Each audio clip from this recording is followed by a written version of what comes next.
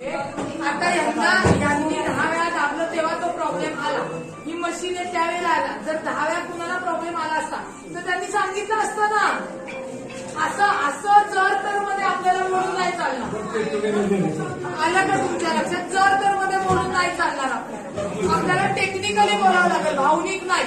यांना समजलं म्हणून यांनी आवाज केला.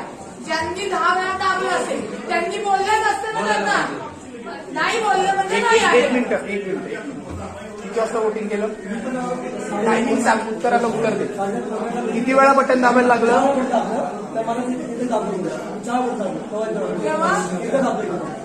तेव्हा का नाही सांगितलं दादा?